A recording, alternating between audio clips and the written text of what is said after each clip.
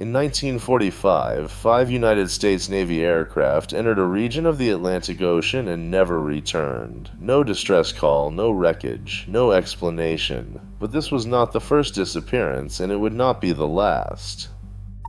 Draw a line from Miami to Bermuda, then down to San Juan, Puerto Rico, and back again. Inside this rough triangle, the Atlantic stretches for hundreds of thousands of square miles. No official map marks its borders. The U.S. Navy, Coast Guard, and NOAA treat these waters as ordinary ocean, not as a marked danger zone.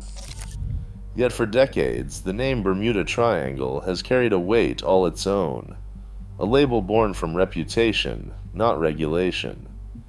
The area covers one of the world's busiest shipping and flight corridors, a crossroads linking the Americas, Europe, and the Caribbean.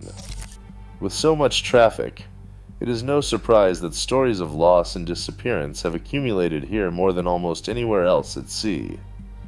But what makes this region different, if anything at all? The answer begins with a single case that would echo through history. In March 1918, the USS Cyclops departed Rio de Janeiro, bound for Baltimore. At 542 feet long and carrying over 10,000 tons of manganese ore, Cyclops was one of the largest ships in the U.S. Navy's fleet, a steel giant built to supply the war effort. On board were 309 crew and passengers, led by Lieutenant Commander George Worley. The ship's reputation was solid.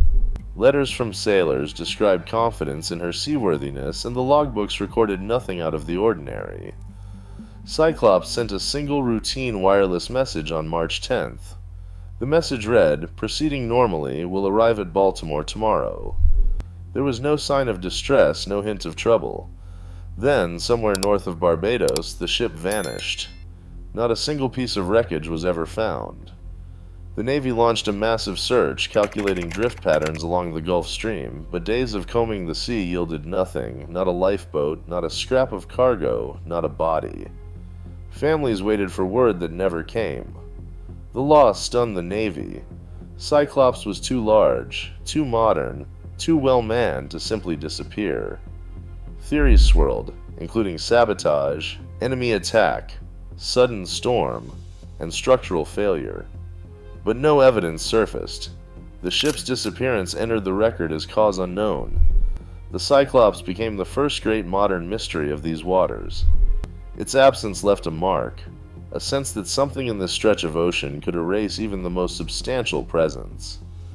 Long before the world heard the term Bermuda Triangle, the fate of the Cyclops gave these waters a reputation for swallowing ships whole, leaving only silence and unanswered questions in their wake. On the afternoon of December 5, 1945, 5 Navy torpedo bombers lifted off from Fort Lauderdale for a routine training mission. The group, known as Flight 19, was led by Lieutenant Charles Taylor, a veteran pilot with over 2,500 hours of flight time. His squadron, by contrast, was far less experienced. Collectively, the other pilots had logged only about 300 hours in the air, and just a fraction of that in these heavy Avengers. Their orders were simple: fly east over the Bahamas, practice low-level bombing runs at Hen and Chicken Shoals, then turn north, and finally head back to base. The weather was typical for the region: scattered showers, moderate winds, nothing unusual for December. But as the planes crossed open water, the exercise began to unravel. Radio transcripts captured the first hint of trouble. Taylor's voice crackled through the static. He said, "We are not sure where we are. Compass is giving us a false reading." The other pilots, relying on Taylor's lead, followed his commands as the squadron tried to regain its bearings. The ocean below offered no landmarks, just endless blue. The sun began to sink and the fuel gauges dropped lower by the minute. Taylor's confusion grew. He believed they were over the Florida Keys, but his course kept pulling the group farther out to sea.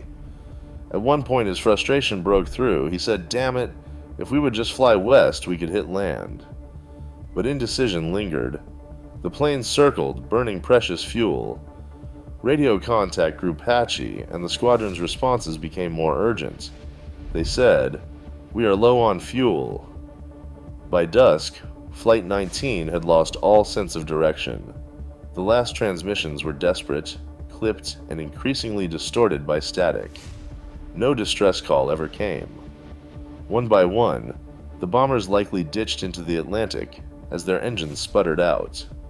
Not a single piece of wreckage was ever found. The Navy's investigation later pointed to navigational error, disorientation, and fuel exhaustion. Official records emphasized the ordinary hazards of overwater flight, especially for crews with limited experience.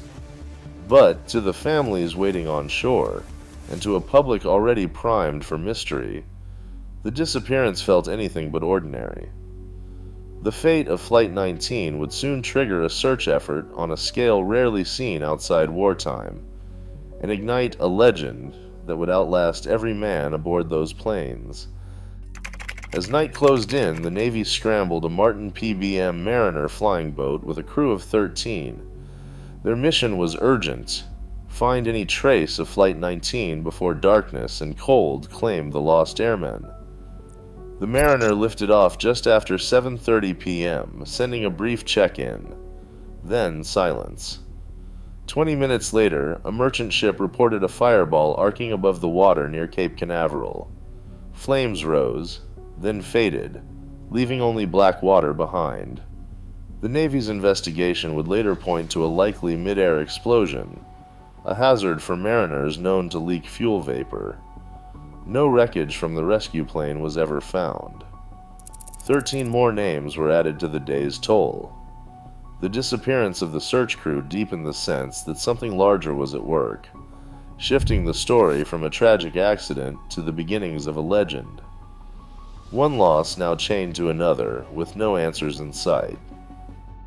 The phrase Bermuda Triangle first appeared in the pages of Argosy magazine in February 1964. Vincent Gaddis, a freelance writer, connected the disappearances of ships and planes into a single story. One mysterious region, a string of vanished vessels. Circulation soared, and the name stuck. A decade later, Charles Berlitz's 1974 bestseller swept the globe, selling nearly 20 million copies and painting the triangle as a place of magnetic forces, lost civilizations, and unexplained vanishings.